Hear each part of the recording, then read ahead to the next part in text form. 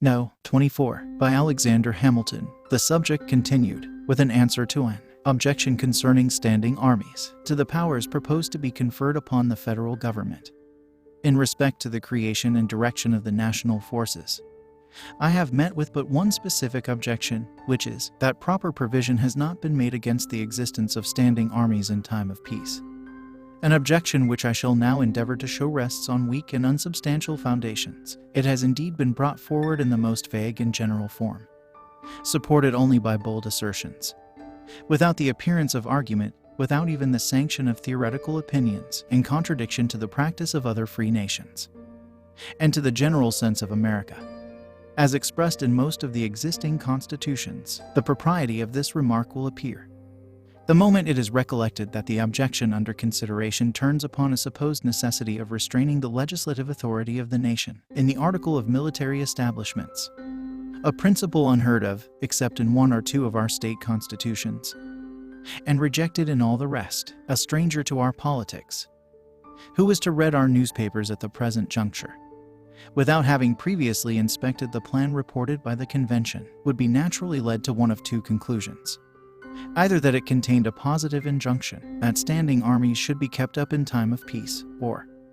that it vested in the executive the whole power of levying troops, without subjecting his discretion in any shape to the control of the legislature. If he came afterwards to peruse the plan itself, he would be surprised to discover that neither the one nor the other was the case, that the whole power of raising armies was lodged in the legislature, not in the executive, that this legislature was to be a popular body, consisting of the representatives of the people periodically elected, and that instead of the provision he had supposed in favor of standing armies, there was to be found in respect to this object an important qualification even of the legislative discretion, in that clause which forbids the appropriation of money for the support of an army for any longer period than 2 years, a precaution which, upon a nearer view of it, will appear to be a great and real security against military establishments without evident necessity. Disappointed in his first surmise, the person I have supposed would be apt to pursue his conjectures a little further. He would naturally say to himself, "It is impossible that all this vehement and pathetic declamation can be without some colorable pretext. It must needs be that this people, so jealous of their liberties, have, in all the preceding models of the constitutions which they have established, inserted the most precise and rigid precautions on this point, the omission of which in the new plan has given birth to all this apprehension and clamor." If, under this impression, he proceeded to pass in review the several state constitutions, how great would be his disappointment to find that 2 only of them contained an interdiction of standing armies in time of peace, and the other 11 had either observed a profound silence on the subject, or had in express terms admitted the right of the legislature to authorize their existence. Still, however, he would be persuaded that there must be some plausible foundation for the cry raised on this head. He would never be able to imagine, while any source of information remained unexplored, that it was nothing more than an experiment upon the public credulity, dictated either by a deliberate intention to deceive,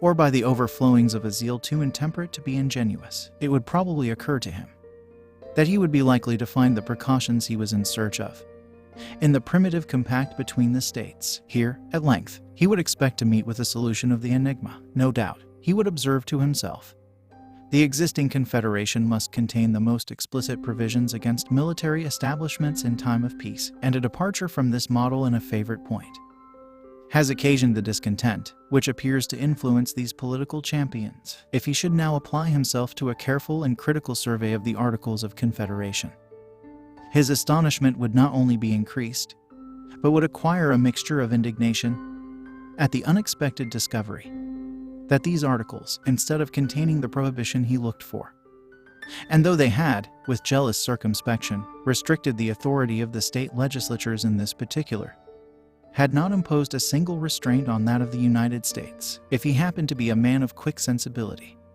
or ardent temper, he could now no longer refrain from pronouncing these clamors to be the dishonest artifices of a sinister and unprincipled opposition to a plan which ought at least to receive a fair and candid examination from all sincere lovers of their country. How else, he would say, could the authors of them have been tempted to vent such loud censures upon that plan, about a point in which it seems to have conformed itself to the general sense of America as declared in its different forms of government? and in which it has even superadded a new and powerful guard unknown to any of them. If, on the contrary, he happened to be a man of calm and dispassionate feelings, he would indulge a sigh for the frailty of human nature, and would lament that in a matter so interesting to the happiness of millions, the true merits of the question should be perplexed and obscured by expedients so unfriendly to an impartial and right determination. Even such a man could hardly forbear remarking that a conduct of this kind has too much the appearance of an intention to mislead the people by alarming their passions, rather than to convince them by arguments addressed to their understandings. But however little this objection may be countenanced, even by precedents among ourselves, it may be satisfactory to take a nearer view of its intrinsic merits. From a close examination, it will appear that restraints upon the discretion of the legislature in respect to military establishments would be improper to be imposed, and if imposed from the necessities of society, would be unlikely to be observed. Though a wide ocean separates the United States from Europe, yet there are various considerations that warn us against an excessive confidence or security. On one side of us, stretching far into our rear, are growing settlements subject to the dominion of Britain. On the other side, and extending to meet the British settlements, are colonies and establishments subject to the dominion of Spain. This situation, and the vicinity of the West India Islands, belonging to these two powers, create between them, in respect to their American possessions and in relation to us, a common interest. The savage tribes on our western frontier ought to be regarded as our natural enemies.